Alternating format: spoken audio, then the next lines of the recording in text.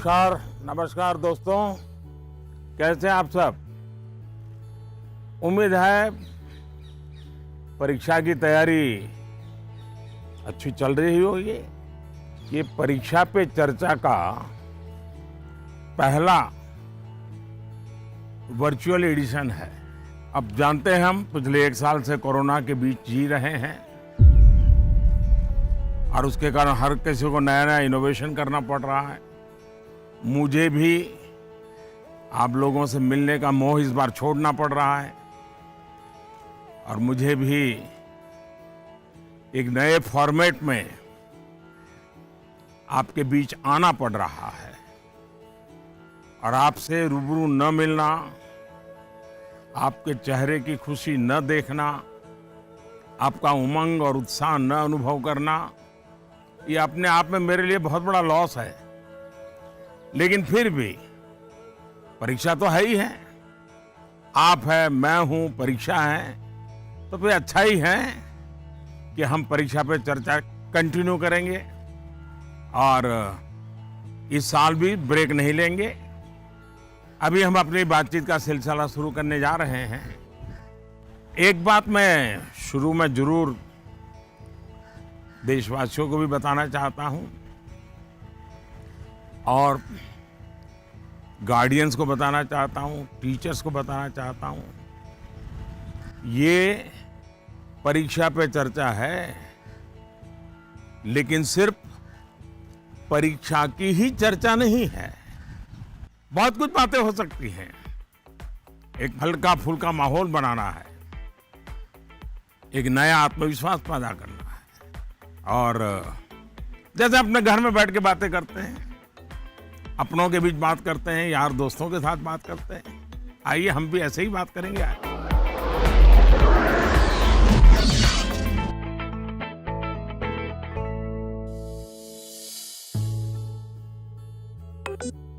नमस्कार honourable PM sir. नमस्कार नमस्कार। मेरा नाम एन पल्लवी है। मैं 9वीं कक्षा पढ़ रही हूँ।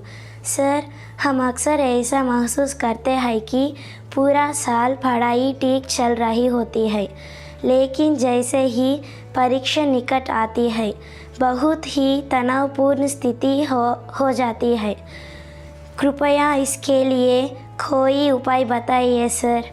बहुत धन्यवाद सर। धन्यवाद पल्लवी। मुझे बताया गया है कि इसी तरह का और भी एक सवाल है। सादर अभिनंदन आदरणीय प्रधानमंत्री जी। मेरा नाम अर्पण पांडे है। मैं global Indian international school Kuala Lumpur Malaysia में 12वीं कक्षा का छात्र हूँ।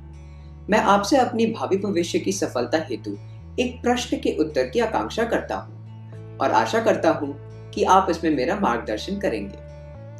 मेरा प्रश्न है, परीक्षा की तैयारी के दौरान हमारे मन में आने वाले भय और तनाव से हम कैसे उभरे, कि क्या होगा अगर अच्छे अंक और अच्छा कॉलेज मिलेगा या नहीं।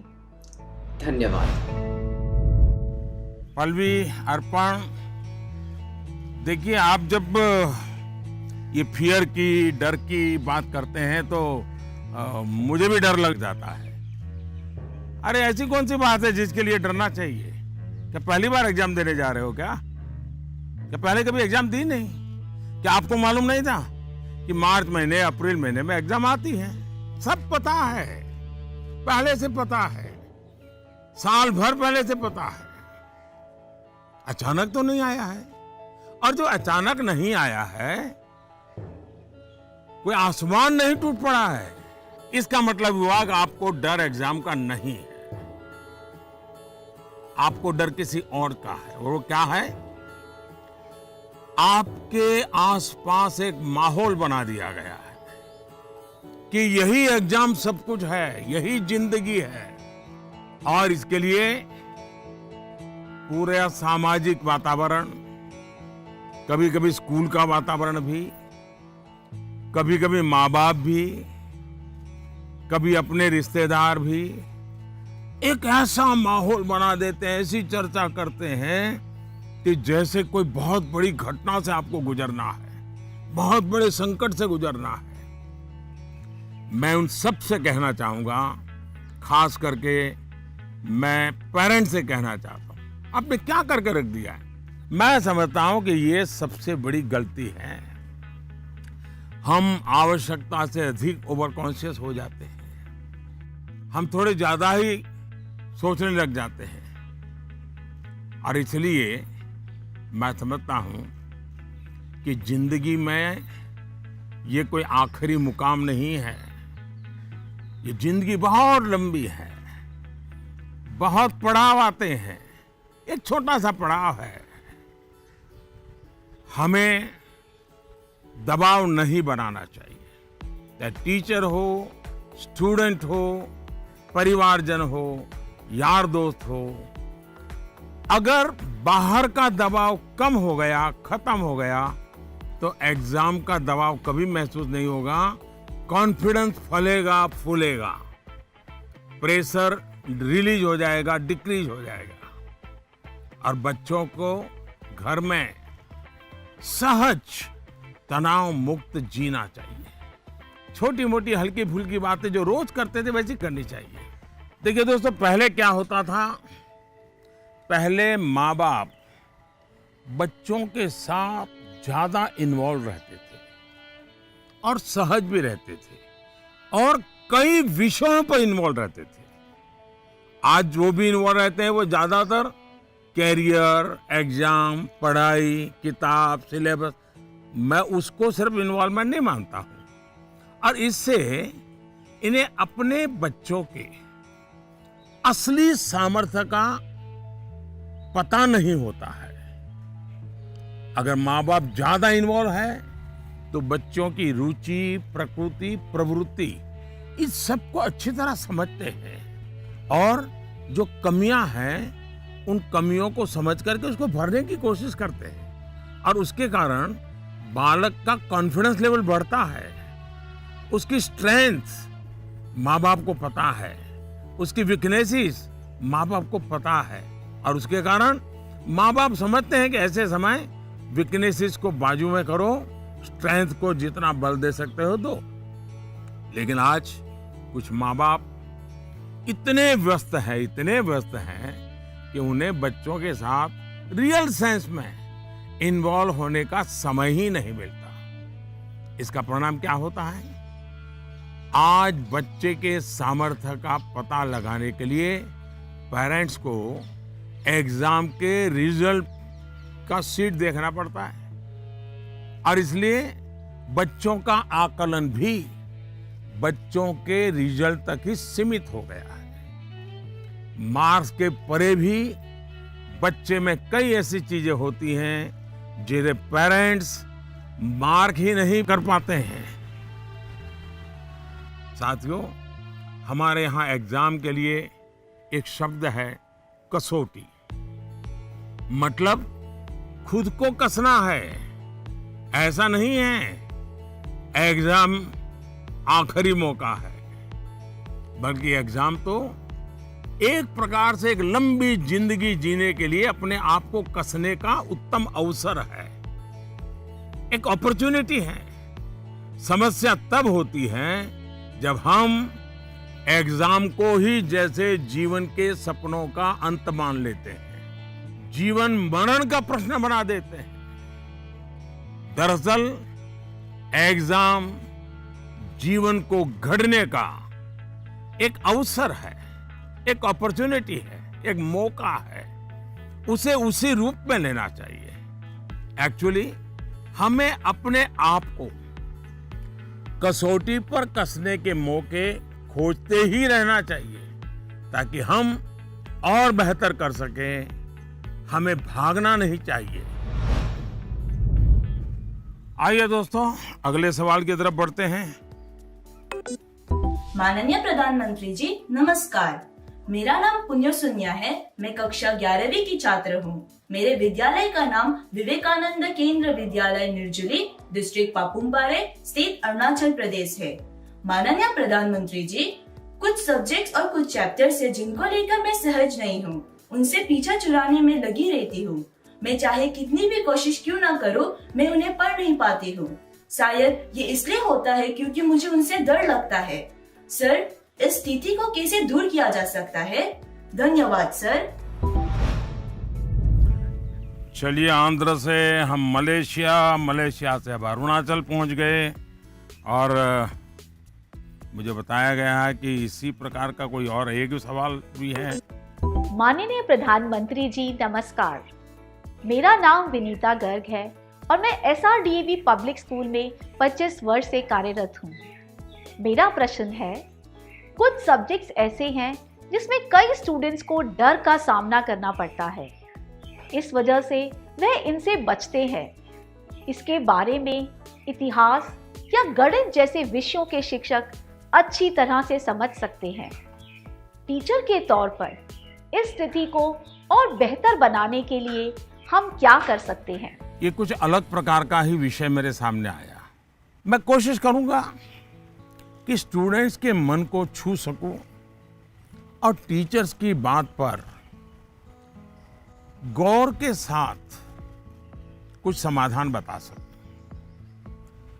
आप दोनों ने किसी खास सब्जेक्ट या चैप्टर से डर की बात कही है। आप लोग अकेले नहीं हैं जिनको इस स्थिति का सामना करना पड़ता हो। हकीकत तो यह है कि दुनिया में एक भी इंसान ऐसा नहीं मिलेगा जिसके ऊपर यह बात लागू न होती हो। मान लीजिए आपके पास बहुत ही बढ़िया 5-6 शर्ट है, लेकिन आपने देखा होगा 1 या 2 शर्ट आपको इतने पसंद आते होंगे, बार बार पहनते हैं। इसका मतलब ये नहीं कि बाकी सब बेकार हैं, फिटिंग ठीक नहीं है, ऐसा नहीं है। उन 2 इतने अच्छे लगते हैं कि आप उसको बार बार पहनते हैं। कई बार तो माँ बाप भी इन चीजों के लिए गुस्सा करते हैं कि कितनी बार इसको पहनोगे, अभी 2 दिन पहले तो पहना था। पसंद नापसंद मनुष्य का स्वभाव है और कभी कभी पसंद के साथ लगाव भी हो जाता है। और इसमें डर की, दुविधा की क्या बात है कि हमने डरना चाहिए? दरअसल होता क्या है, जब आपको कुछ चीजें ज्यादा अच्छी लगने लगती हैं तो उनके साथ आप बहुत कंफर्ट हो जाते हैं, बहुत कंफर्टेबल लगता है, सहज हो जाते हैं। लेकिन जिन चीजों के साथ आप सहज नहीं होते, उनके तनाव में आपकी 80% एनर्जी आप उसी में लगा देते हैं। और इसलिए स्टूडेंट से मैं यही कहूंगा कि आपको अपनी एनर्जी को इक्वली डिस्ट्रीब्यूट करना चाहिए। सभी विषयों में बराबर बराबर। आपके पास पढ़ाई के लिए 2 घंटे हैं तो उन घंटों में हर सब्जेक्ट को समान भाव से पढ़िए। अपने समय को इक्वल डिस्ट्रीब्यूट करिए। साथियों, आपने देखा होगा टीचर्स, माता पिता हमें सिखाते हैं कि जो सरल है वो पहले करें। ये आम तौर पर ये कहा जाता है और एग्जाम में तो खास तौर पर बार बार कहा जाता है जो सरल उसको पहले करो भाई, जब टाइम बचेगा तब वो कठिन है उसको हाथ लगाना।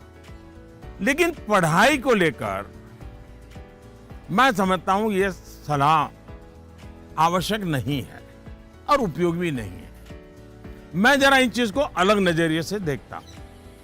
मैं कहता हूं जबकि पढ़ाई की बात हो तो कठिन जो है उसको पहले लीजिए। आपका माइंड फ्रेश है, आप खुद फ्रेश हैं, उसको अटेंड करने का प्रयास कीजिए। जब कठिन को अटेंड करेंगे तो सरल तो और भी आसान हो जाएगा।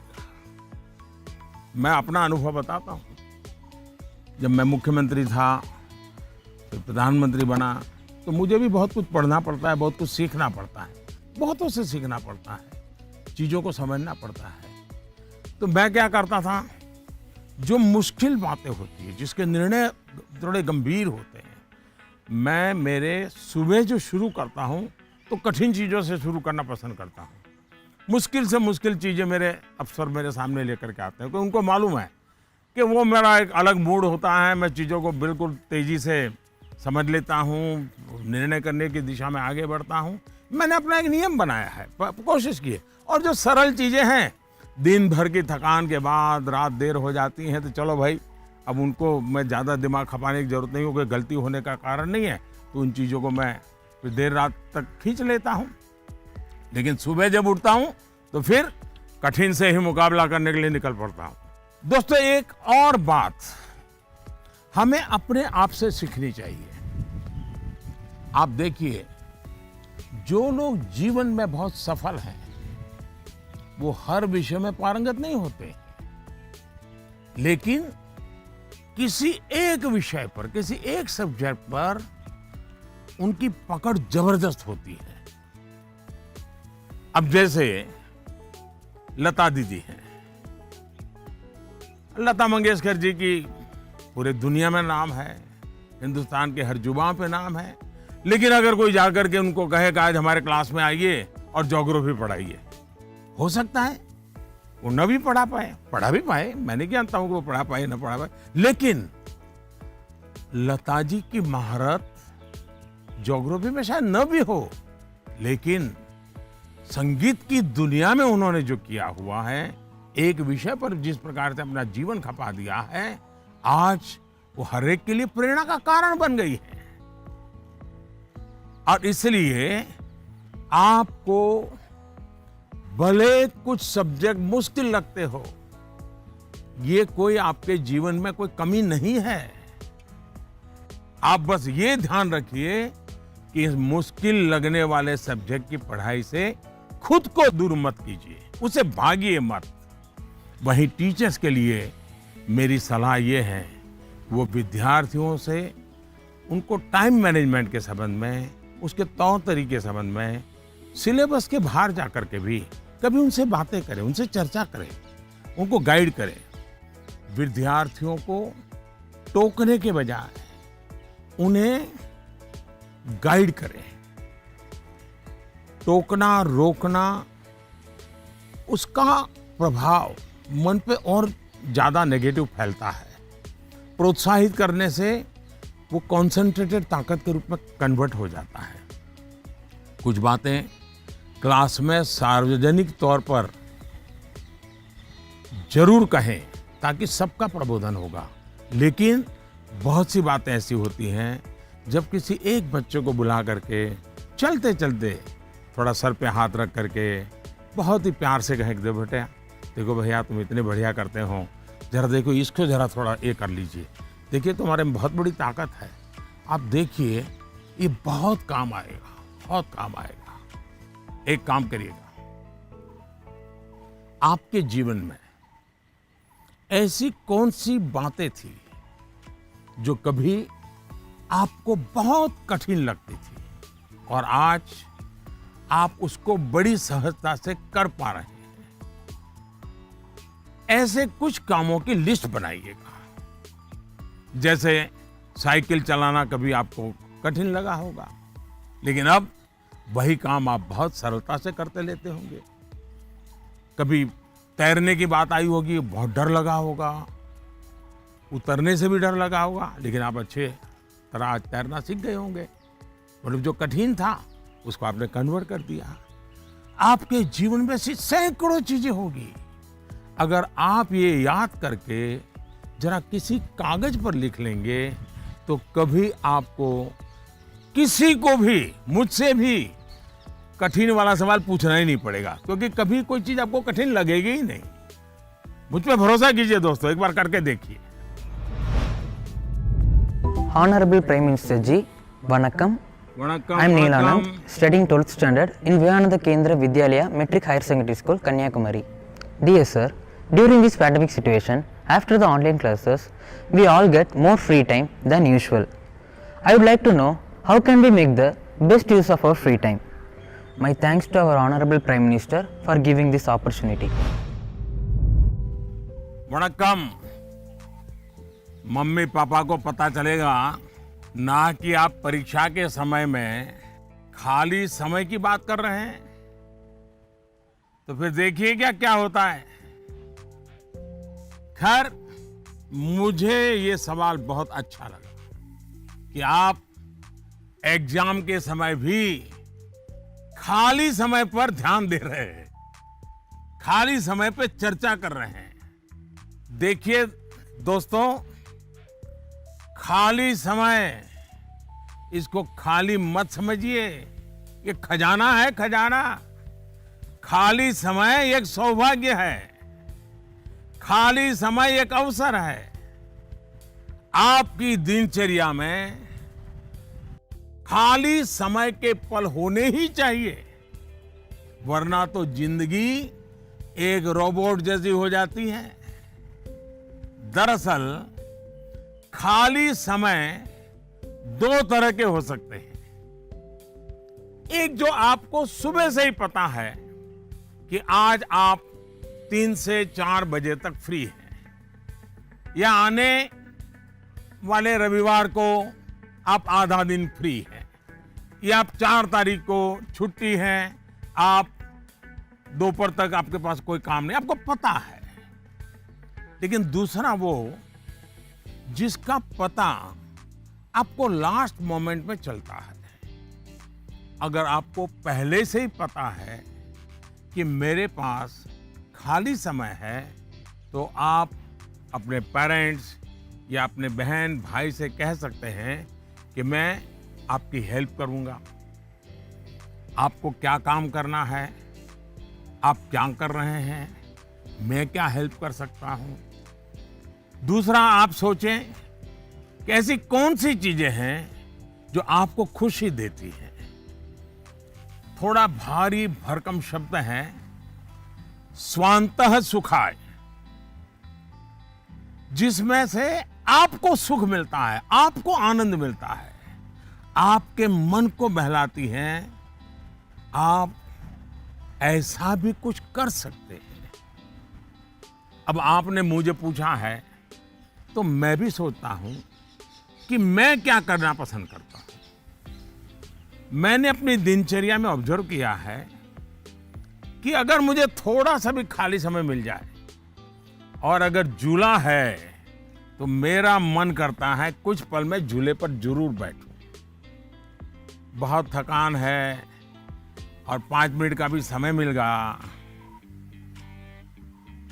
या फिर मैं कोई काम भी कर रहा हूं, तो अपने खाली समय में झूले पर बैठकर, पता नहीं क्या कारण है, लेकिन मेरा मन प्रफुल्लित हो जाता है।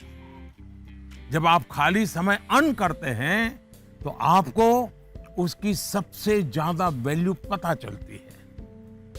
इसलिए आपकी लाइफ ऐसी होनी चाहिए कि जब आप खाली समय अर्न करें तो आपको असीम आनंद दें। यहां यह भी ध्यान रखने की जरूरत है कि खाली समय में किन चीजों से बचना चाहिए, नहीं तो वही चीज सारा समय खा जाएगी, पता भी नहीं चलेगा, और अंत में रिफ्रेश रिलैक्स होने के बजाय आप तंग आ जाएंगे, थकान महसूस करने लगेंगे। एक और मुझे लगता है कि खाली समय में हमें अपनी क्यूरियोसिटी, जिज्ञासा बढ़ाने की और ऐसी कौन सी चीजें हम कर सकते हैं जो शायद बहुत प्रोडक्टिव हो जाएगी। आपकी माँ या पिता अगर खाना बना रहे हैं, उसे ऑब्जर्व कीजिए। नई नई चीजों में अंदर जाने का, कुछ नया जानने का, इसका इम्पैक्ट सीधा सीधा दिखाई नहीं देता है, पर जीवन में इसका बहुत बड़ा गहरा प्रभाव होता है। फ्री टाइम का एक और बेस्ट यूज हो सकता है कि आप कुछ गतिविधियों से अपने आप को जोड़ें, जिसमें आप को एक्सप्रेस कर पाए, आपकी यूनिकनेस को बाहर ले आ सके, जिसमें आप अपनी इंडिविजुअलिटी से जुड़ सके। ऐसा करने के बहुत से तरीके हैं और आप भी ऐसे बहुत से तरीके जानते हैं। स्पोर्ट्स हैं, म्यूजिक है, राइटिंग है, पेंटिंग है, स्टोरी राइटिंग है, आप बहुत कुछ कर सकते हैं। अपने थॉट्स को, इमोशंस को एक्सप्रेस करने का एक क्रिएटिव तरीका दीजिए, अवसर दीजिए। नॉलेज का दायरा कई बार वहीं तक सीमित होता है जो आपको उपलब्ध है, जो आपके आसपास है, लेकिन क्रिएटिविटी का दायरा नॉलेज से भी बहुत दूर तक आपको ले जाता है, बहुत विस्तार के फलक पर ले जाता है।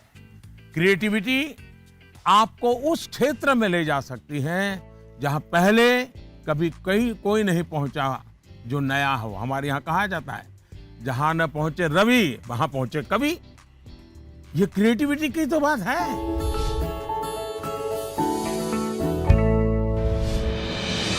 With the world's largest COVID vaccination drive, India is leading the way. As the vaccine reaches every corner of the nation, do not forget the mantra, Dawai bhi, Kadai bhi. Let's continue our fight against COVID-19. Vaccination along with social distancing, sanitization and masks. Mask up, India! Put your mask on and cover your nose and be safe. Mask Up India.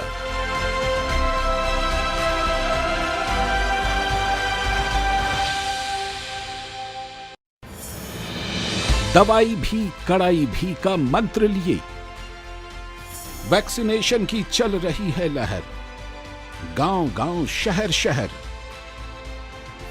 लेकिन जब इतना किया है सब्र, तो थोड़े और समय रखें कोरोना पर कड़ी नजर। ना छोड़ें 2 गज दूरी, सैनिटाइजेशन और मास्क की सावधान डगर। रहें इस खतरे से सचेत हर प्रहर। कोरोना को हराना है तो मास्क जरूर लगाना है। Mask up, India! दवाई भी कड़ाई भी, और इसीलिए जब भी अपने घर से बाहर निकलें अपने मुंह और नाक को ढक के रखें। Mask up India.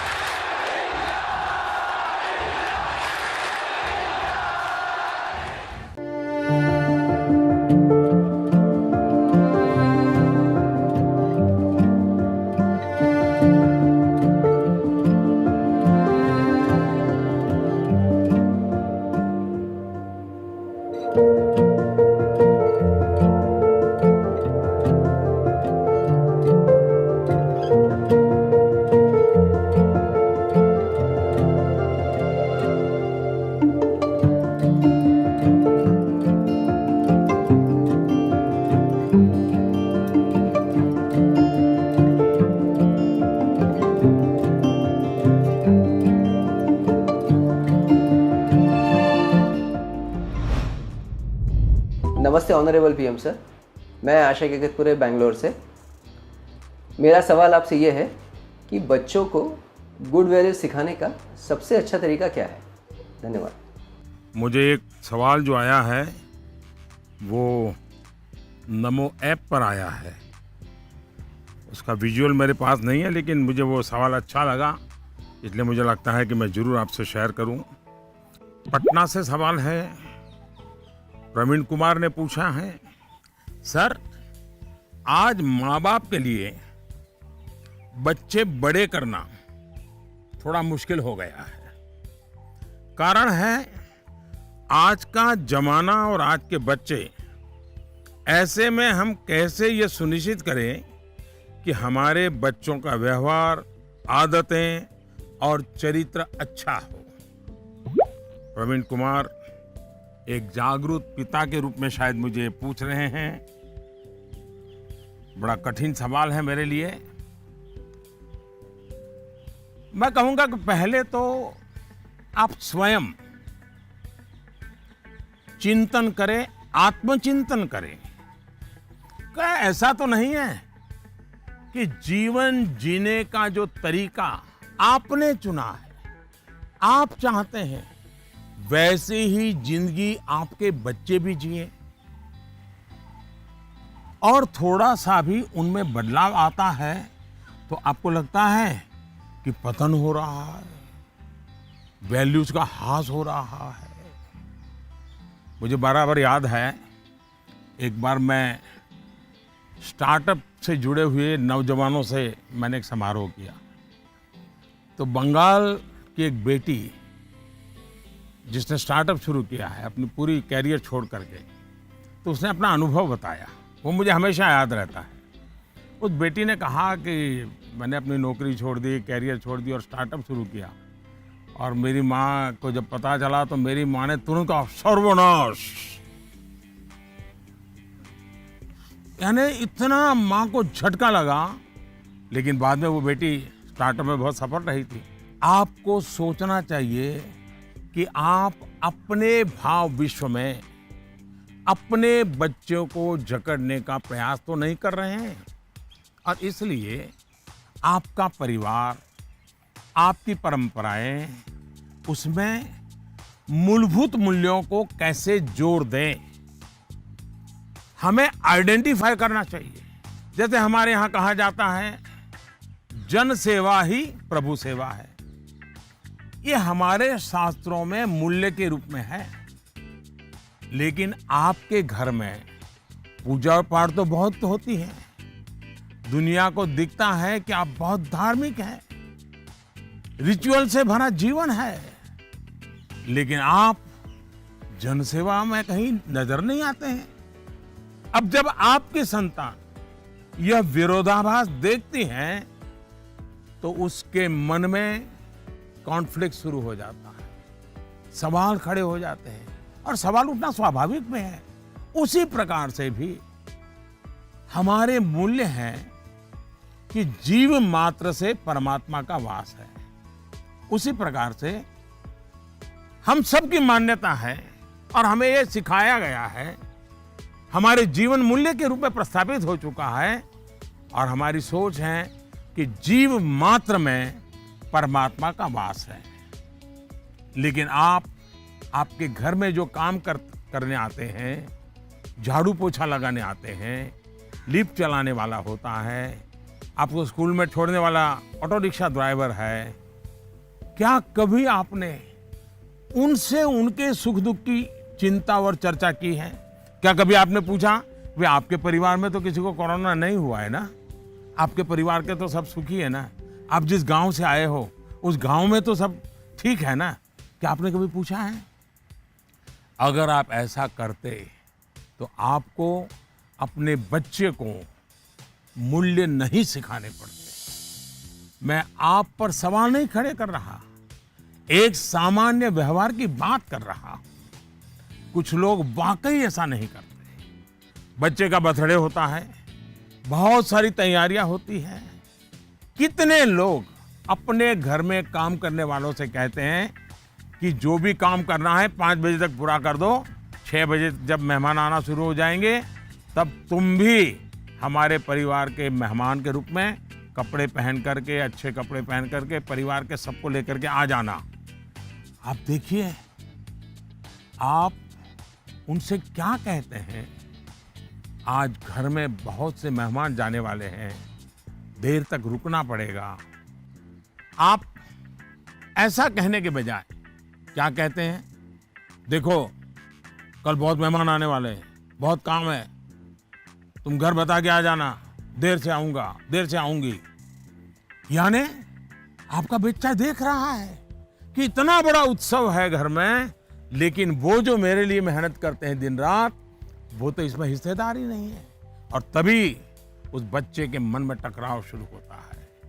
मैं आपको एक और उदाहरण देता हूं।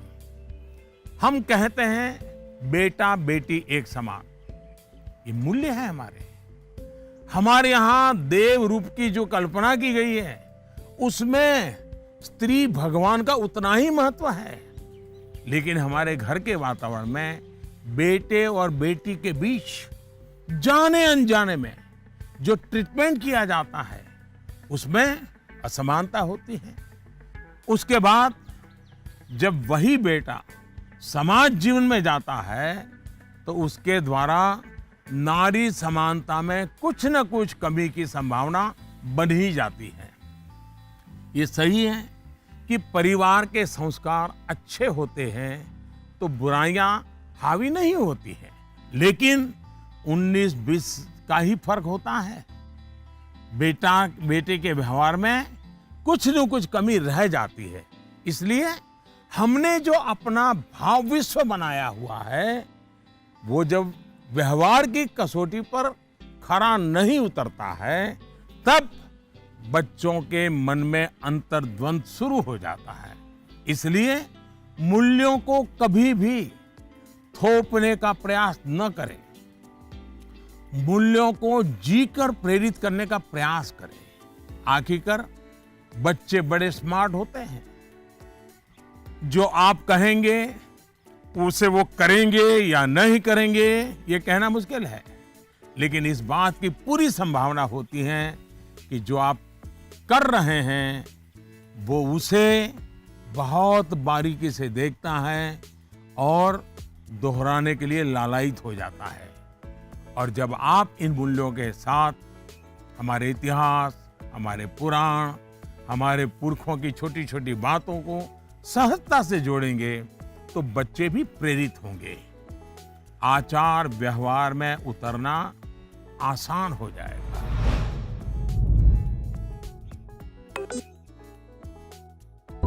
नमस्कार सर, मैं प्रतिभा गुप्ता, कुंदन विद्या मंदिर लुधियाना से। सर, मेरा आपसे सवाल ये है कि हमें हमेशा काम करवाने के लिए बच्चों के पीछे भागना पड़ता है, तो हम कैसे उन्हें सेल्फ मोटिवेटेड बना सकते हैं ताकि वे अपनी चीजें खुद करें? धन्यवाद। आप बुरा न माने तो मैं जरा इस विषय में आपसे अलग राय रखता हूं।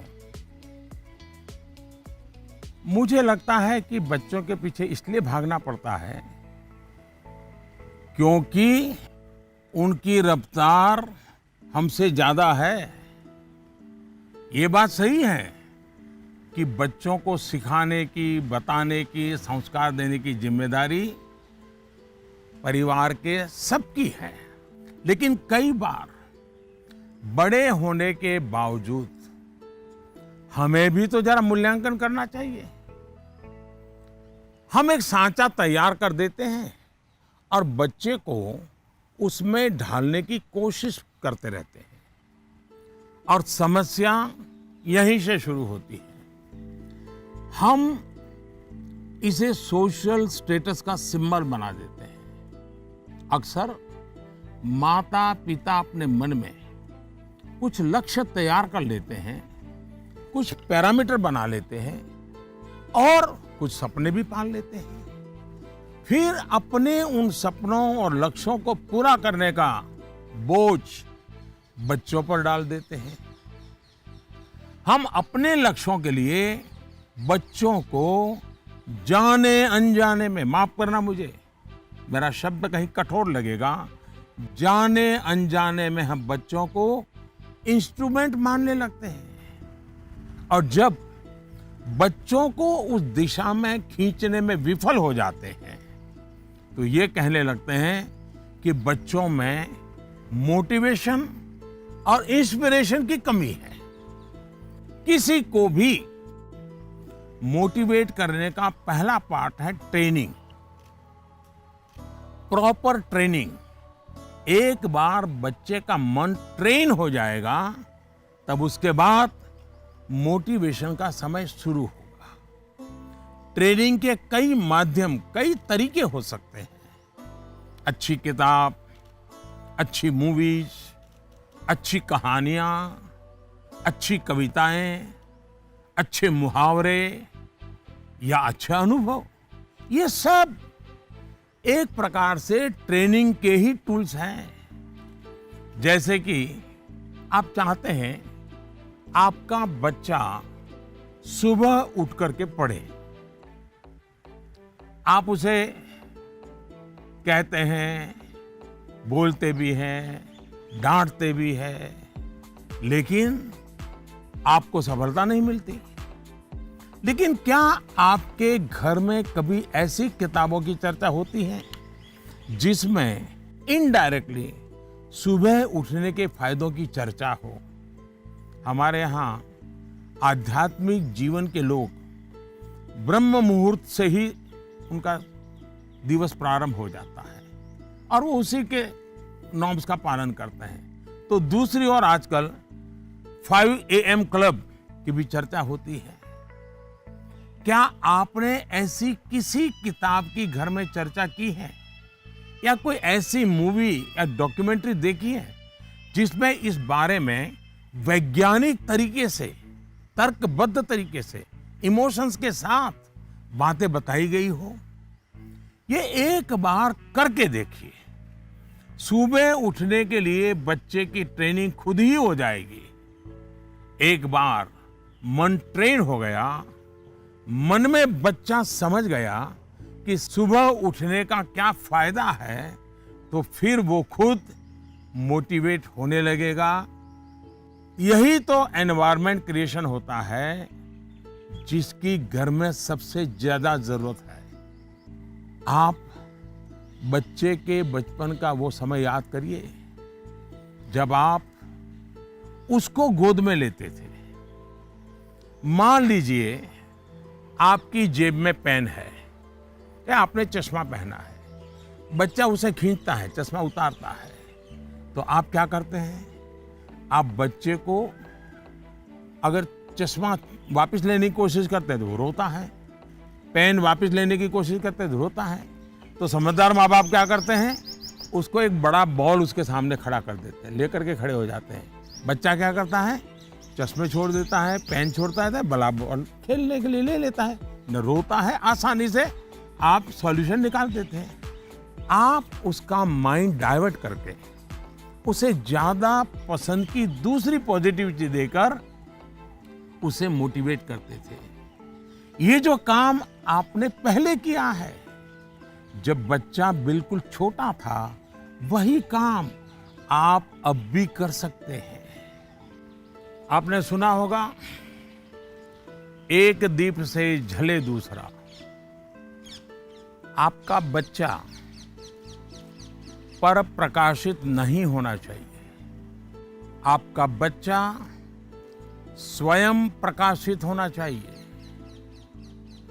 बच्चों के अंदर जो प्रकाश आप देखना चाहते हैं, वो प्रकाश उनके भीतर से प्रकाशमान होना चाहिए और वो आपके जागरूक सक्रिय प्रयासों से संभव है। आप अपने एक्शंस में जो बदलाव दिखाएंगे वो बच्चे बहुत बारीकी से ऑब्जर्व करेंगे। यहां एक और बात की ओर मैं आपका ध्यान दिलाऊंगा। बच्चों को कभी भी भय पैदा करके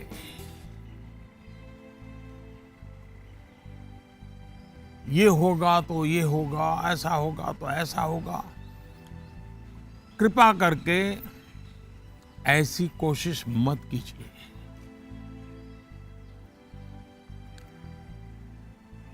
एक प्रकार से वो तरीका लगता तो बहुत आसान है, लेकिन इससे एक तरह से नेगेटिव मोटिवेशन की संभावनाएं बढ़ जाती है। जैसे ही आपने जो हवा खड़ा किया है वो खत्म हो जाता है, बच्चे का मोटिवेशन भी खत्म हो जाता है।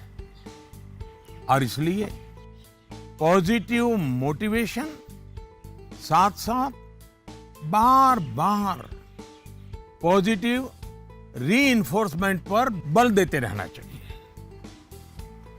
मोटिवेशन का जो मंत्र बच्चों के लिए है, एक प्रकार से वो हम सबके लिए भी है, मनुष्य मात्र के लिए है। Namaste Prime Minister sir, my name is Tanay and I am a student of Salmia Indian Model School, Kuwait. Sir, I have a question to ask you that how to prepare ourselves for the battle of life. Thank you, sir. NaMo app पर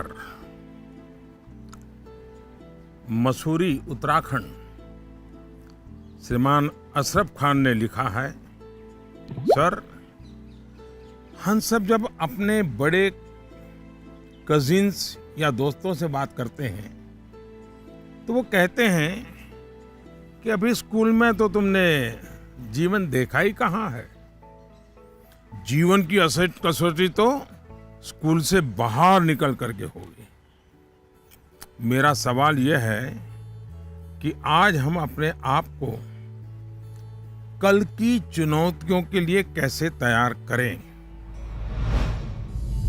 तनय, आप तो Kuwait से मुझसे बात कर रहे हो, लेकिन तनय कभी किसी ने इस बात को मार्क किया है कि तुम्हारे जो आवाज है वो गॉड गिफ्टेड है?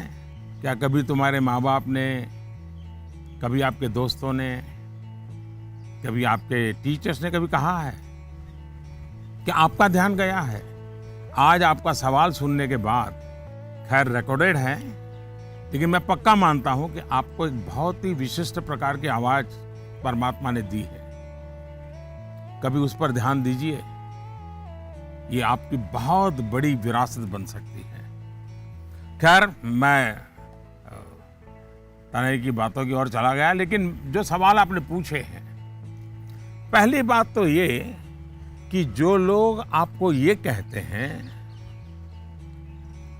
उनके कहने का तरीका भले ऐसा होता है कि वो आपको सलाह दे रहे हैं, लेकिन मन के भीतर की सच्चाई को देखें तो वो अपने आप को हीरो बनाने की कोशिश कर रहा होता है, या फिर वो अपनी असफलताओं को इसलिए बड़ा बनाकर दिखाता है ताकि उसे एक एस्केप रूट मिल सके, और इसलिए वो दिखाता है कि उसके सामने बहुत बड़ी बड़ी चुनौतियां हैं।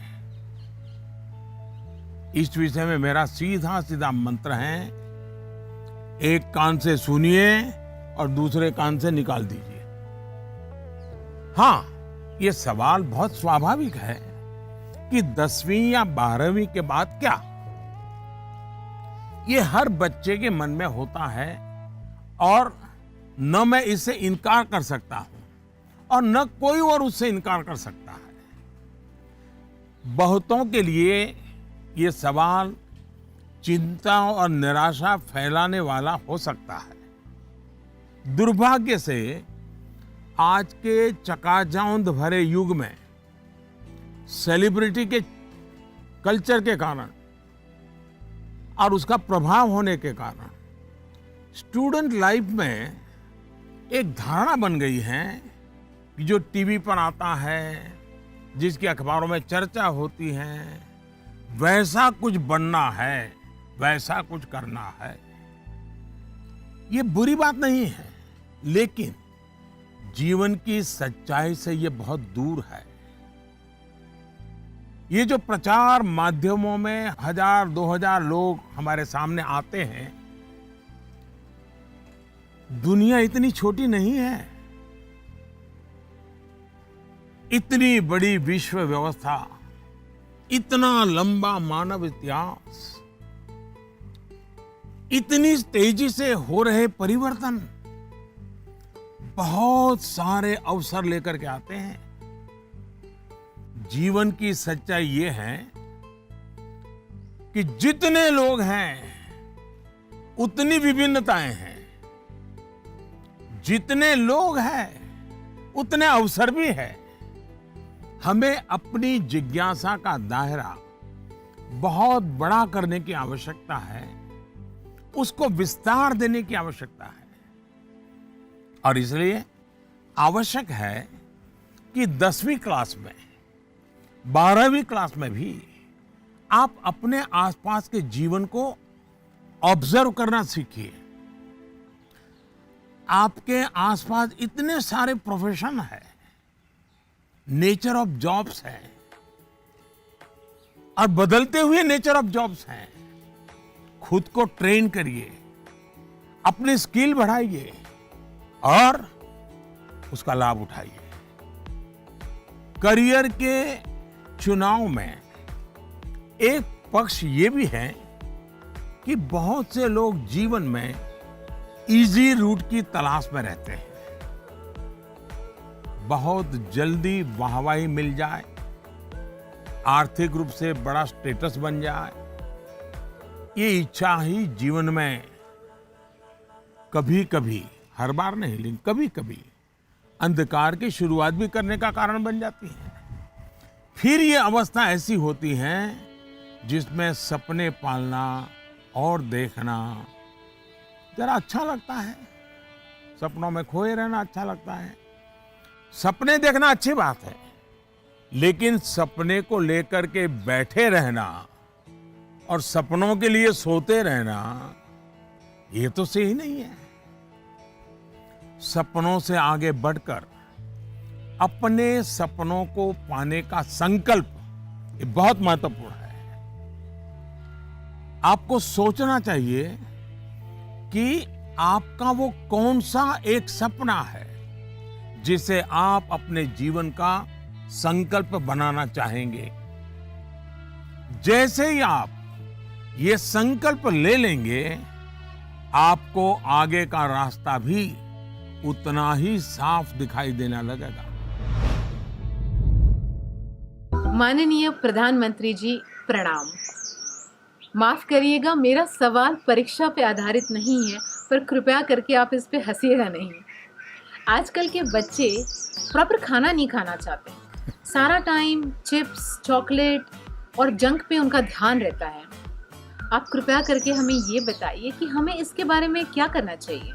इसी प्रकार के कुछ और सवाल भी मेरे साथ हैं, और ये नरेंद्र मोदी ऐप पर छत्तीसगढ़ रायपुर से सुनीता पॉल जी ने लिखा है, सर हमारे बच्चों को हम जो टिफिन में देते हैं वे उस चीज को खाते नहीं और हमेशा फास्ट फूड खाने की जिद करते हैं। कृपया इस मुद्दे पर हमारा मार्गदर्शन करें। मैं समझ नहीं पा रहा हूं कि मैं ये सारे सवाल सुनकर के मुस्कुराऊं या जोरों से हंस पड़ूं। अगर इस मुद्दे पर हम मनोवैज्ञानिक तरीके से आगे बढ़े तो शायद इसका समाधान आसान हो जाएगा।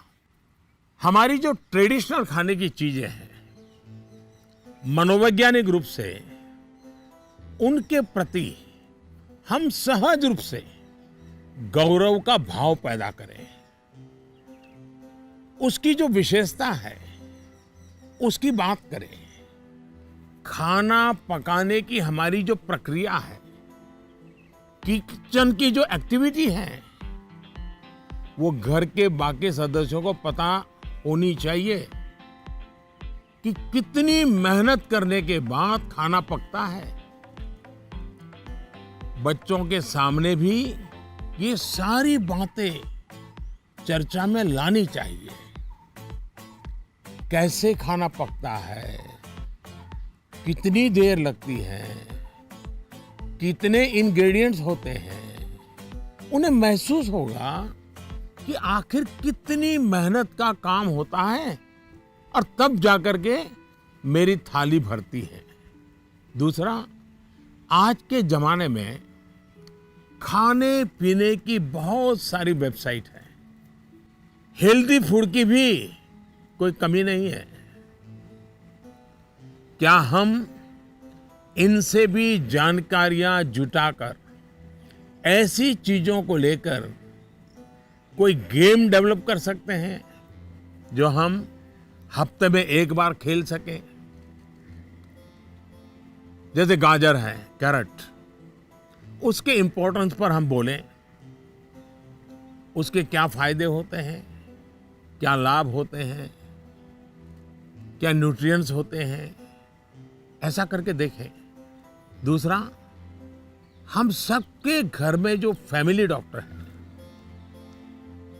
वो डॉक्टर एक प्रकार से मित्र होते हैं। जब कभी उनका घर आना हो तो उनकी बातें पूरा परिवार सुने कि किस प्रकार के खाने का क्या महत्व है,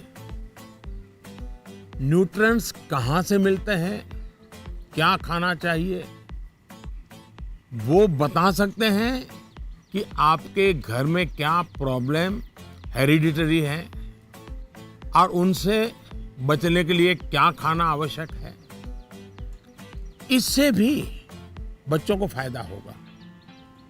तीसरा, आप टीचर से रिक्वेस्ट कर सकते हैं कि आप बच्चों में ये क्या आपको तकलीफ हो रही है, खास करके खाने के विषय में, टीचर को समझाइए, टीचर को विश्वास में लीजिए। अब देखिए, टीचर बड़ी कुशलता से कथा कहते कहते, बात करते करते, हंसी मजाक में उसके दिमाग में भर देगा कि ये क्यों करना चाहिए। और टीचर के कहने का बच्चों पर अलग ही असर होता है। हमें भी कुछ कुछ नए एक्सपेरिमेंट करते रहना चाहिए। मैंने काफी ऐसे उदाहरण देखे हैं जहां परिवार में ट्रेडिशनल खाना ही बच्चों को मॉडर्न रंग रूप में बनाकर दिया जाता है, तो उससे बच्चों में भी उसको लेकर एक स्वाभाविक आकर्षण पैदा होता है। खैर, ये मेरे सिलेबस के बाहर का विषय है, लेकिन हो सकता है शायद मेरी कुछ बातें काम आ जाए आपको।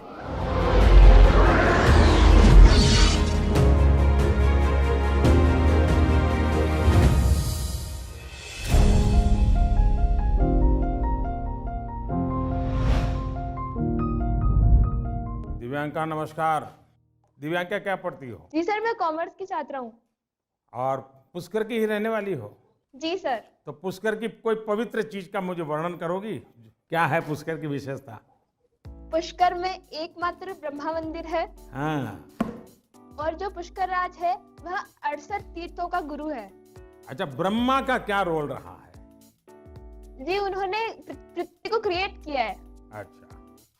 अच्छा बताइए दिव्यांका, क्या सवाल था आपके मन में? सर, मेरे कुछ मित्र ऐसे हैं जिनकी मेमोरी एवरेज है। वे किसी भी विषय को कितना भी पढ़ ले, वे परीक्षा में उसे याद नहीं रख पाते हैं। सर, वे ऐसा क्या करें कि वे उस विषय को याद रख सके?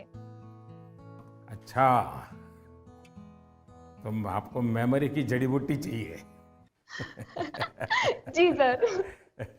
देखिए दिव्यांका, आप सबसे पहले अपनी डिक्शनरी से इस शब्द को डिलीट कर दीजिए। आप सोचिए ही नहीं कि आपके पास याद करने की शक्ति नहीं है। अगर आप खुद से जुड़ी कुछ घटनाओं को देखें तो आपको पता चलेगा कि वास्तव में आपको बहुत सारी चीजें याद रहती हैं।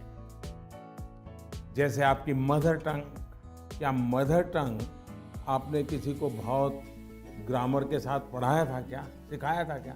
नहीं सर। आपको याद होगा? नहीं, नहीं, नहीं। क्या स्कूल में आपने सीखी या किताब में कहीं भी नहीं? हाँ, ये सब सुन करके सीख ली। तो यही वो चीजें हैं, जरा सोचिए कि आपको जो पसंद है, क्या इन चीजों को याद रखने के लिए आपने कभी कोशिश की थी?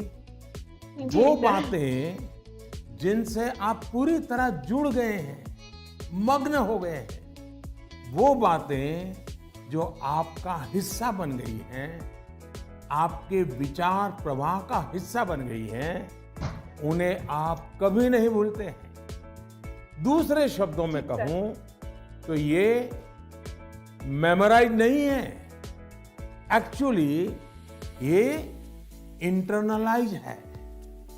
और इंटरनलाइज करना यही इसका एक अच्छा रास्ता है। और इसलिए आपको याद करने पर जोर देने के बजाय आपको उसे जीने की कोशिश करनी चाहिए। सहजता, सरलता, समग्रता के साथ आपके पास भी वही सारी शक्तियां हैं जो किसी बहुत टैलेंटेड व्यक्ति के पास होती है। सोचिए, अपने भाई या बहन के साथ अगर आपका झगड़ा हुआ हो तो वो आपको एकदम याद रहता है, आप उसे भूलते नहीं हैं। यहाँ तक कि आपको यह भी याद रहता होगा कि उस समय आपने, आपके भाई बहन ने कौन से कपड़े पहने थे, आप खड़े खड़े लड़ रहे थे कि दौड़ते हुए लड़ रहे थे, सब याद होगा, एक एक वाक्य याद होगा। जी सर। यानी इसका एक मतलब यह है कि आप उसमें फुली इन्वॉल्व थे, आप उस क्षण को पूरी तरह जी रहे थे। साफ है कि चीजें याद रहे, प्रॉपरली रिकॉल कर सके, उसके लिए आप जिस क्षण में हैं उस क्षण में ही रहना और उसमें पूरी तरह से इन्वॉल्व रहना बहुत जरूरी है। यानी हम पढ़ाई कर रहे हैं, किताब हाथ में है और मन है खेल के मैदान में, सहेलियों के साथ, दोस्तों के साथ, फिर तो मामला गड़बड़ हो जाता है। आगे जाकर आप में से कोई विद्यार्थी अगर साइकोलॉजी पढ़ेगा तो उसमें मेमोरी बाय एसोसिएशन का कंसेप्ट विस्तार से समझाया जाएगा। आप याद कीजिए कि स्कूलों में सुबह असेंबली में राष्ट्रगान होता है। अब जन गण मन हर कोई गाता है, लेकिन क्या कभी आपने जनगण मन गाते समय आपने उस राष्ट्रगान के साथ देश में ट्रैवल किया क्या?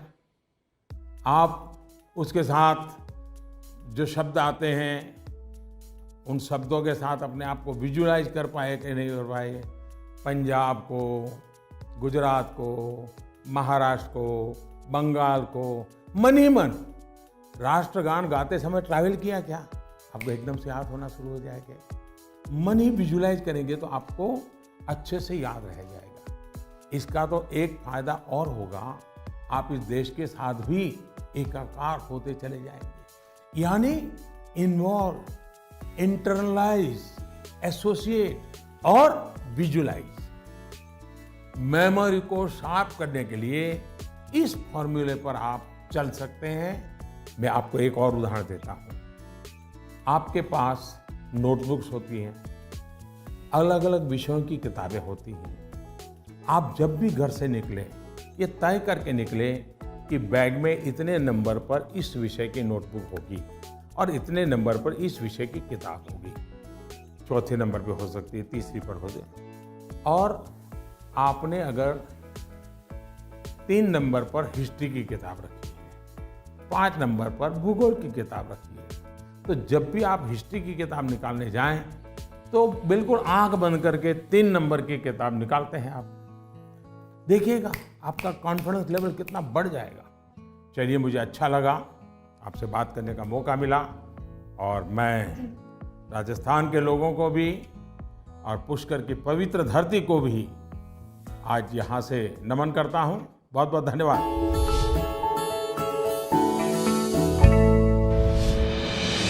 With the world's largest COVID vaccination drive, India is leading the way. As the vaccine reaches every corner of the nation, do not forget the mantra, Dawai bhi, Kadai bhi. Let's continue our fight against COVID-19.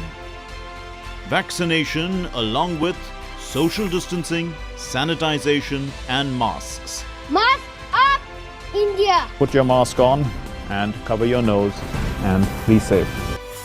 Mask up, India.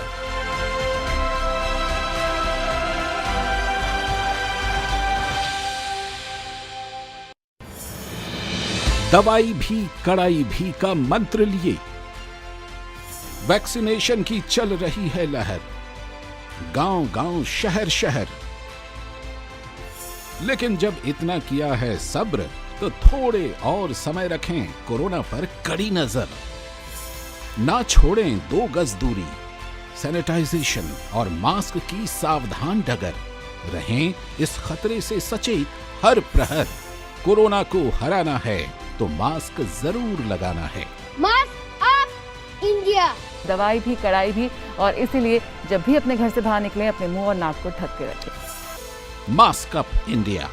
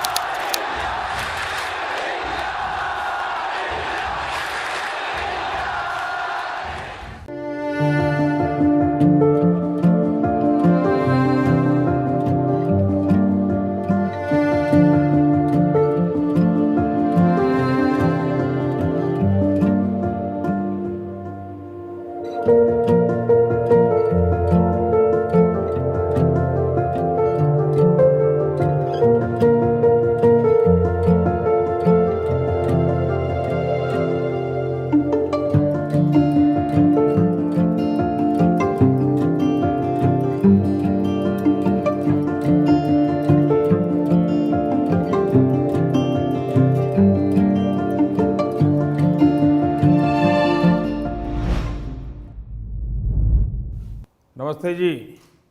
नमस्कार sir. हाँ बताइए। मेरा प्रश्न यह है कि जब हम किसी प्रश्न का उत्तर याद करते हैं तो वह हमें अच्छी तरह से याद हो जाता है, लेकिन जब हम स्कूल में लिखना शुरू करते हैं तो क्वेश्चन पेपर को देखकर ही हम अचानक से सब कुछ भूल जाते हैं। सर कृपया करके यह बताइए कि ऐसा क्यों होता है। Thank you sir. आपका शुभ नाम क्या? सुहान सहगल। अच्छा सहगल जी, आप पढ़ते कहाँ हैं?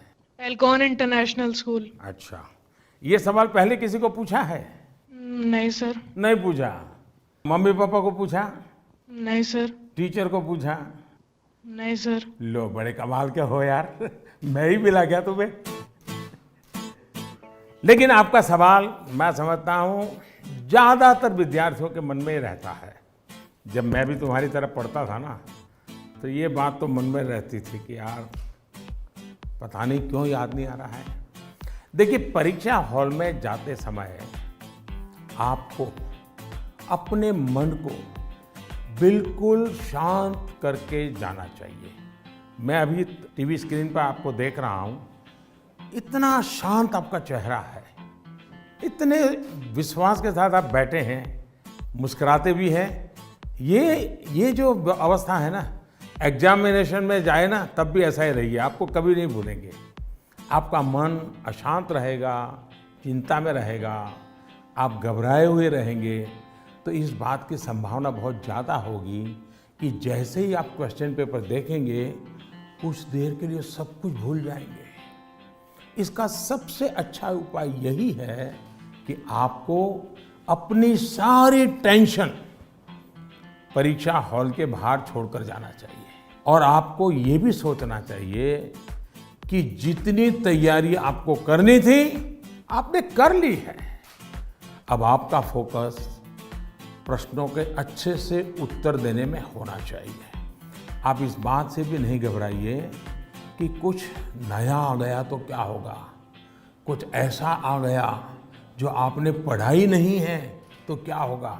और मैं सभी को कहूँगा, परीक्षा के तनाव को कम करने के लिए बिना टेंशन लिए परीक्षा देने के लिए बहुत सारी एक्टिविटीज, बहुत सारे उपाय आपको एग्जाम वॉरियर बुक में दिए गए हैं।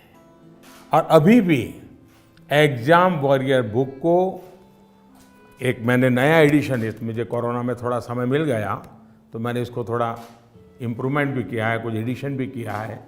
इस बार इसमें बच्चों के लिए ही मंत्र नहीं है, बल्कि मैंने पेरेंट्स के लिए भी काफ़ी कुछ लिखा है।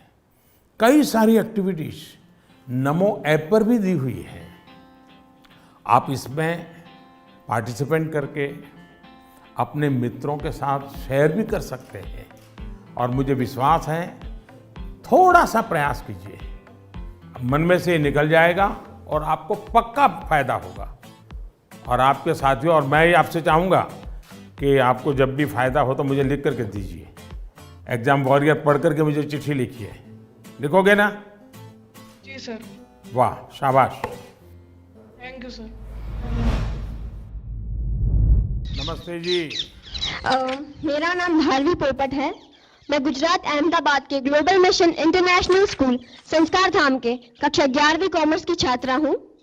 श्रीमान, इस कोरोना काल में उद्योग, व्यापार, सरकार को भी तकलीफ आई होगी, लेकिन क्या आपने सोचा है कि विद्यार्थियों को क्या तकलीफ आई?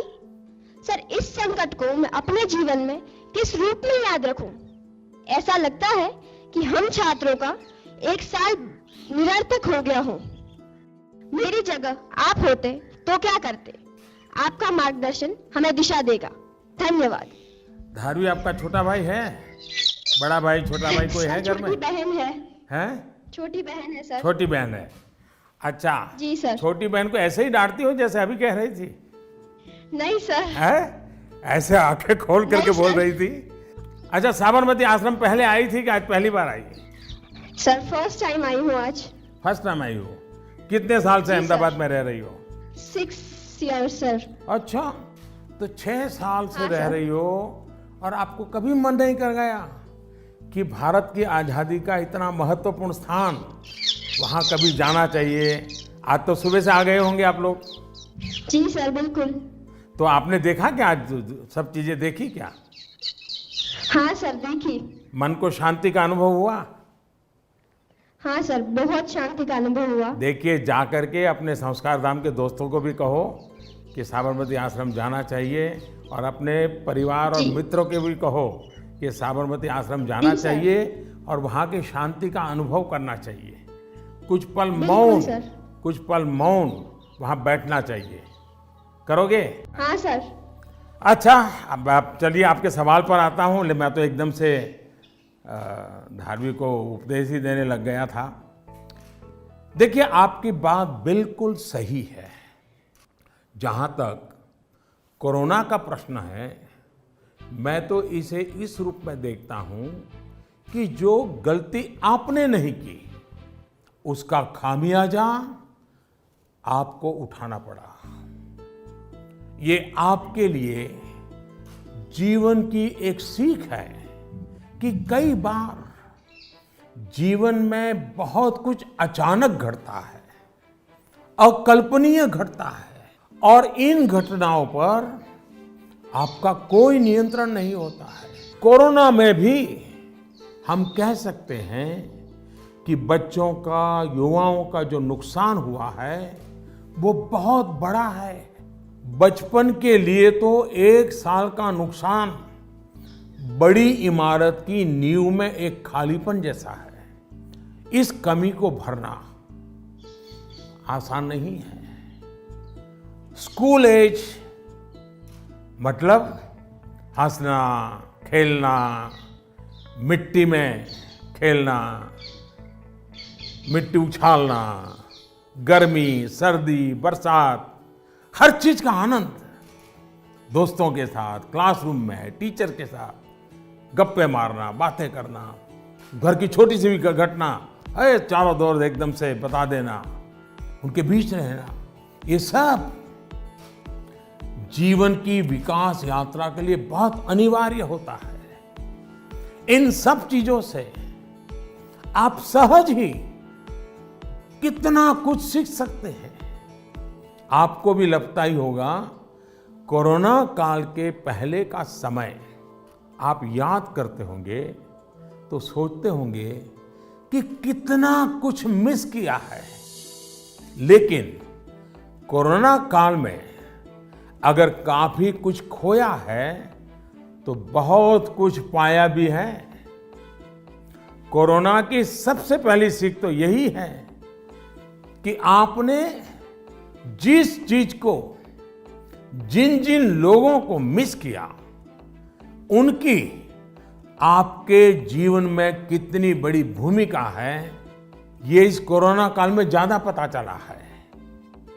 आपको इस बात का एहसास हुआ कि किसी को भी फॉर ग्रांटेड नहीं लेना चाहिए।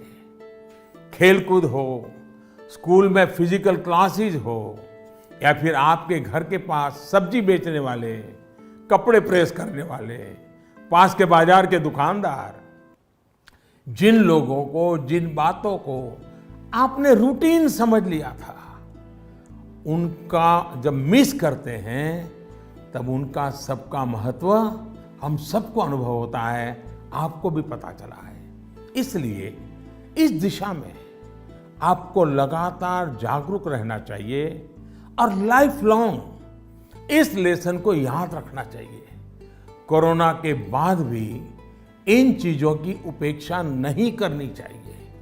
वहीं आपको यह भी याद रहना चाहिए, जीवन को सच्चे अर्थ में जीने के लिए कितनी कम चीजों की जरूरत होती है। दूसरा, इस एक साल में आपको कहीं ना कहीं जाने अनजाने में आपको खुद के भीतर झोंकने का, खुद को जानने का एक अवसर भी मिला होगा।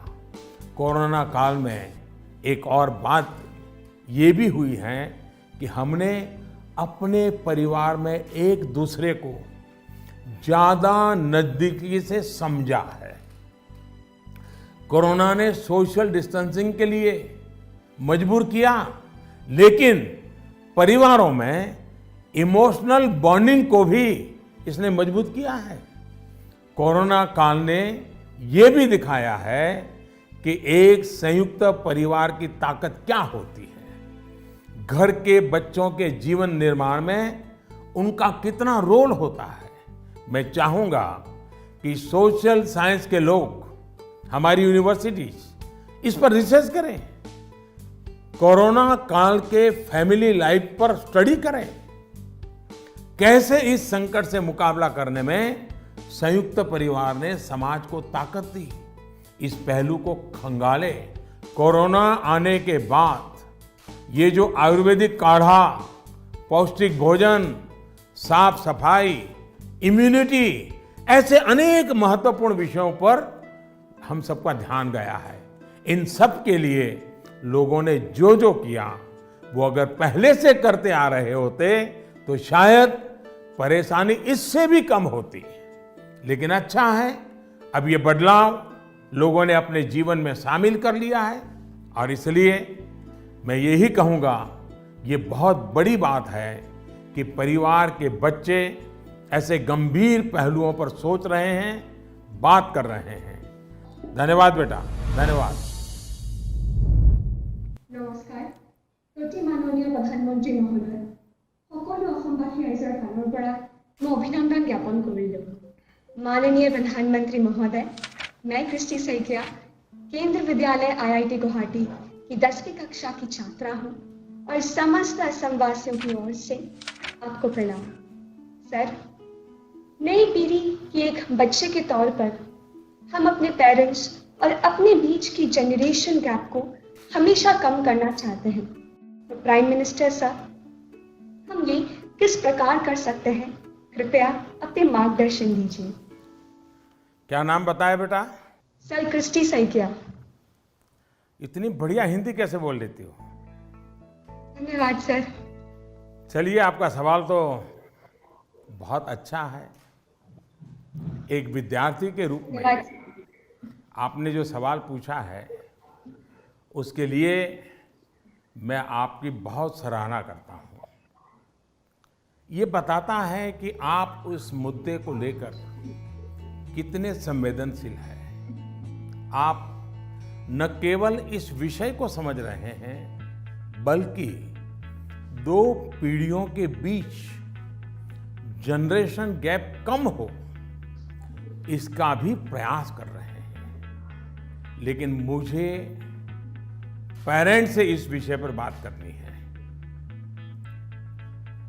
एक बात जो पेरेंट्स को डिसाइड करनी है, क्या वो बुढ़ापे की ओर जाना चाहते हैं या फिर अपनी उम्र कम करना चाहते हैं।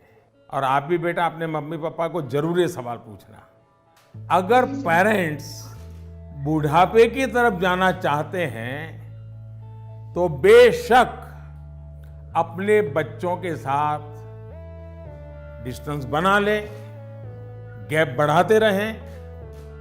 अगर आपको नवजीवन की ओर आगे बढ़ना है, अपनी उम्र घटानी है, युवा बने रहना है, तो आप अपने बच्चों के साथ गैप कम कीजिए, क्लोजनेस बढ़ाइए। ये आपके फायदे वाला है। आप याद करिए, जब आपका बच्चा 1 साल की उम्र का था तो आप उसके साथ कैसे बातें करते थे? तब आप उसे हंसाने के लिए कैसी कैसी आवाजें निकालते थे? आप अपने चेहरे के भांति भांति के एक्सप्रेशन बनाकर कैसे उससे बात करते थे? ऐसा करते हुए क्या कभी आपने सोचा कि कोई देखेगा तो क्या कहेगा? कभी आपने सोचा कि लोग आपको ऐसा करते हुए देखेंगे तो ये कहेंगे ये कैसे चेहरे बना रहा है, कैसी आवाज निकाल रहा है? क्या कभी उस समय आपने ये सोचा कि आपके बच्चे के मन में क्या चल रहा होगा? आपको उस समय आनंद आया, इसलिए आपने ये किया। आपने किसी की परवाह नहीं की, यानी आप सब कुछ छोड़कर खुद एक बच्चे बन गए। बच्चे से खेलने के लिए आप खुद खिलौना बन गए और बच्चे के खिलौनों से भी उतना ही चाव से खेले। आप याद करिए, कभी आप घोड़ा बने होंगे, कभी बच्चे को पीठ पर बिठाकर चले होंगे, कभी कंधे पर बिठाकर घर भर घूमे होंगे, कभी 4 पैर करके चले होंगे। बच्चा रोया होगा तो उसे चुप कराने के लिए आप भी झूठ-मूठ कर रोए होंगे। तब आपको कोई फर्क नहीं पड़ता था कि देखने वाला क्या कहेगा, घर के बाकी लोग क्या कहेंगे, समाज क्या कहेगा, दोस्त क्या कहेगा, कुछ नहीं सोचा। क्या कभी सोचा था? आप उसका आनंद लेते हैं और ऐसा बच्चे के 5-6 साल की उम्र तक चलता रहता है। जैसे ही बच्चा थोड़ा बड़ा होता है तो एक लेवल पर मेंटेलिटी ऐसी हो जाती है कि माँ बाप बच्चे को डोमिनेट करना चाहते हैं, बच्चे को हर चीज सिखाना चाहते हैं। अचानक जो दोस्त थे वो दोस्त न रहकर बच्चे के इंस्ट्रक्टर बन जाते हैं और कभी कभी इंस्पेक्टर भी बन जाते हैं। साथियों, बच्चा जब बाहर की दुनिया में पैर रखता है तो बहुत सी बातें ऑब्जर्व करता है। घर में जो देखा था उससे कुछ ज्यादा, कुछ अलग, कुछ नया वो देखने लगता है। उस समय आपकी ये जागरूक जिम्मेदारी है कि उस नए वातावरण में आपका बच्चा और अधिक फले फूले। और इसका उत्तम तरीका है कि आप उसके मन से जुड़े, उसके मन से ही करें और उसकी हर बात को इमोशनली अटैच होकर के सुने। ऐसे नहीं फोन कर रहे हैं और वो बोल रहा है, ऐसा नहीं होना चाहिए। बिल्कुल उसके साथ जुड़िए। आपको जो पसंद नहीं, अगर वो काम आपका बच्चा करके आया है तो उसको डांटिए मत, टोकिए मत, बस सुनते रहिए। सुनते समय उसको लगना चाहिए कि आप उसको कितना प्यार करते हैं। हाँ, लेकिन जो चीज अच्छी नहीं है उसको मन में रजिस्टर करके रखिए। और ये ग्रोइंग एज के बच्चों के लिए करना बहुत जरूरी होता है। आप जितना हो सके उसकी बात सुनिए, उसकी बात समझिए। आप इंस्ट्रक्टर बनकर उसे सुबह से शाम तक क्या करना है ये मत समझाइए। बार बार ये मत पूछिए कि मैंने ये कहा था, क्या क्या किया। बस अपनी आंखें खुली रखिए, कान खुले रखिए, उस पर ध्यान रखिए। उसमें सुधार से जुड़ी जो बातें आपने रजिस्टर की हैं, जो आपको ठीक नहीं लगा उसे ठीक करने के लिए बहुत विचार करके एक एनवायरनमेंट क्रिएट करिए ताकि उसे खुद ही लगे कि वो कहाँ गलत कर रहा है। जब माँ बाप बच्चों के साथ हम उम्र बनकर ही जुड़ते हैं तो कोई इश्यू नहीं होता है। जैसे बच्चा कोई नया गाना सुन रहा है, कोई नया म्यूजिक सुनकर आनंद ले रहा है, तो आप भी उसके साथ उस आनंद में शामिल होने की कोशिश करिए। आप उसको मत कहो कि 30 साल पहले हमारे जमाने में तो वो गाना था, हम वो बजाएंगे। नहीं, ऐसा मत करो। वो जो गाना उसको पसंद है आप उससे जुड़िए, आनंद लीजिए ना। ये समझने की कोशिश तो करिए कि आखिर ऐसा क्या है उस गाने में कि आपका बच्चा उसे पसंद कर रहा है। लेकिन होता क्या है कि हम देखते हैं ठीक इसी समय कुछ माता पिता ये कहने लगते हैं कि ये क्या बेकार का गाना सुन रहे हो, असली म्यूजिक तो हमारे समय में होता था।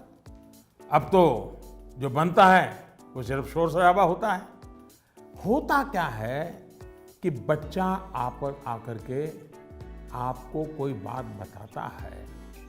वो बताता है कि आज स्कूल में हमने ये किया, तो कहीं आप अपनी ही कहानी लेकर तो नहीं बैठ जाते हैं कि अरे ये तो ऐसे ही क्या है, क्या नई चीज है, ये तो वैसा ही है। अपने बच्चे के साथ उसकी जनरेशन की बातों में उतनी ही दिलचस्पी दिखाइएगा, आप उसके आनंद में शामिल होंगे तो आप देखिएगा जनरेशन गैप कैसे खत्म हो जाती है और शायद जो बात आप कहना चाह रहे हैं वो उसके समझ में भी आ जाए।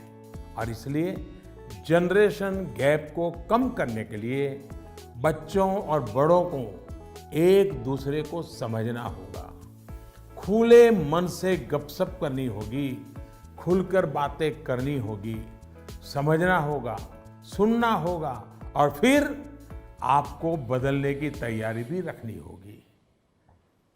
चलिए, असम से इतना बढ़िया सवाल मुझे मिला, जरा मैं लंबा ही जवाब दे गया, लेकिन मुझे अच्छा लगा।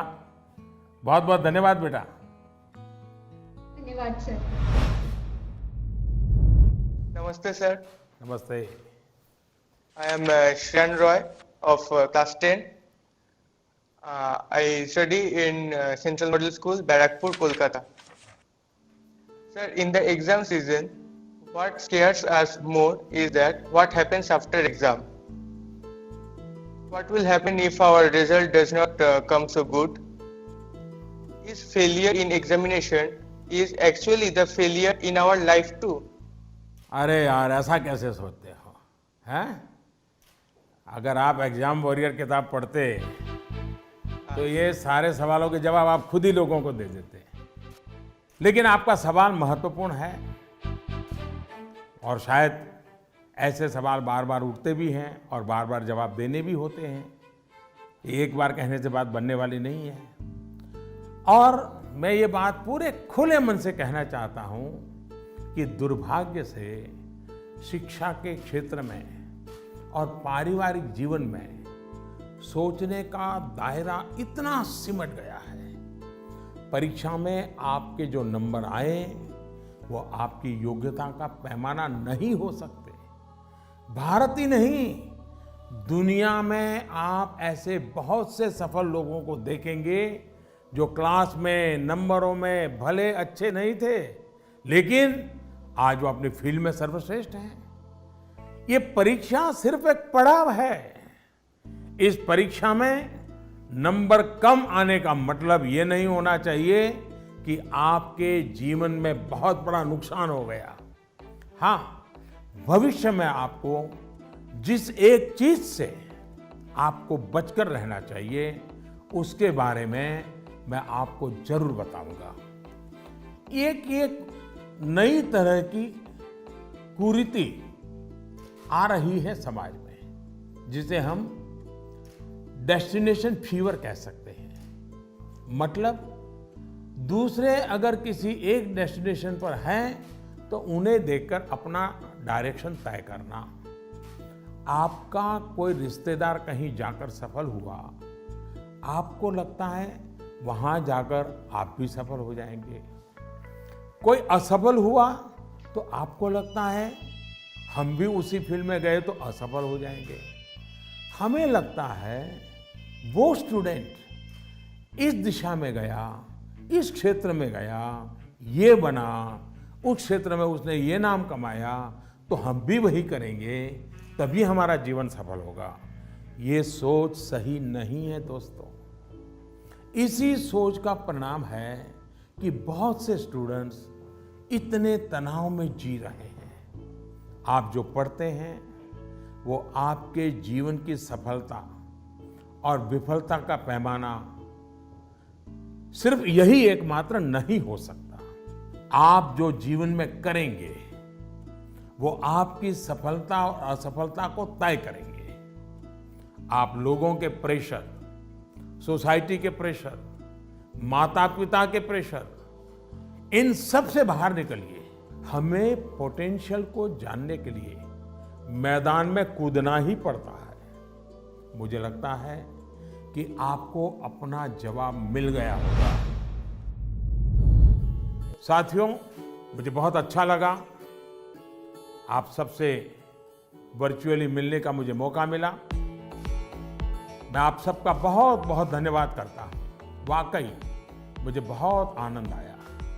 आप सबसे बात करना मेरे लिए भी एक उमंग से कम नहीं होता है, आनंद से कम नहीं होता है। मुझे लगता है कि आप सभी को भी जरूर उसमें से कुछ न कुछ बातें काम आएगी। जरूरी नहीं है कि मैंने जो कहा है उसी पर चलना चाहिए। सोचिए, अपने तरीके से सोचिए। साथियों, आज मैं आपको एक बड़े एग्जाम के लिए तैयार करना चाहता हूं। ये बड़ा एग्जाम है जिसमें हमें 100% मार्क लेकर के पास होना ही है। ये है अपने भारत को आत्मनिर्भर बनाना। ये है वोकल फॉर लोकल को जीवन मंत्र बनाना। मेरा एक आग्रह है, जब आपकी बोर्ड परीक्षाएं समाप्त हो जाएं, तो परिवार के लोगों के साथ मिलकर एक लिस्ट बनाएं। सुबह से लेकर रात तक आप जिन चीजों का उपयोग कर रहे हैं, उनमें से कितनी चीजें विदेशी धरती पर बनी हैं और कितनी चीजों में भारत मां की मिट्टी की सुगंध है, कितनी चीजें किसी देशवासी की मेहनत से बनी हैं। इसके अलावा एग्जाम के बाद के लिए एक टास्क आपको देना चाहता हूं। आप सब जानते हैं कि हमारा देश आजादी के 75 साल के उपलक्ष्य में आजादी का अमृत महोत्सव मना रहा है। अमृत महोत्सव में हमारे स्वाधीनता सेनानियों के बारे में आप सब लोग जानें, आजादी की लड़ाई के बारे में जानें। इसके लिए देश ने एक अभियान शुरू किया है। आपको इस अभियान से जुड़ना है। आप अपने राज्य की आजादी की लड़ाई से जुड़ी 75 घटनाएं खोजकर निकालिए। ये किसी व्यक्ति के संघर्ष में जुड़ी हो सकती हैं, किसी क्रांतिवीर से जुड़ी हो सकती हैं। इन घटनाओं को आप अपनी मातृभाषा में विस्तार से लिखिए। इसके अलावा हिंदी, इंग्लिश में लिख सके तो भी अच्छा होगा। आप इसको साल भर का प्रोजेक्ट बनाइए और डिजिटल तरीके से इसे कैसे करें, इसके लिए अपने टीचर से भी गाइडेंस लीजिए। आप अपने टीचर से बात करिए, अपने पेरेंट्स से, दादा दादी से बात करिए। आप क्या कर सकते हैं, इस पर चर्चा करिए। साथियों, गुरुदेव रविंद्रनाथ टैगोर ने लिखा है, मैंने स्वप्न देखा कि जीवन आनंद है। मैं जागा और पाया कि जीवन सेवा है। मैंने सेवा की और पाया कि सेवा में ही आनंद है। आप खुद भी देखिए, जब हमारी इच्छाएं, हमारे लक्ष्य देश की सेवा से जुड़ जाते हैं, तो हम करोड़ों जीवनों से जुड़ जाते हैं। इसलिए बड़े सपने रखने हैं, देश के लिए सोचना है। मुझे पूरा भरोसा है आप ये एग्जाम बहुत अच्छे मार्क्स से पास करेंगे। उसके बाद जीवन में बहुत आगे जाएंगे। इसलिए खूब पढ़िए, खूब खेलिए, खूब मस्ती करिए। रिजल्ट के बाद मुझे अपने संदेश भी जरूर भेजिएगा, मुझे इंतजार रहेगा। इन्हीं शुभकामनाओं के साथ सभी मेरे युवा साथियों का, नन्हे नन्हे दोस्तों का बहुत बहुत धन्यवाद। अनेक अनेक शुभकामनाएं।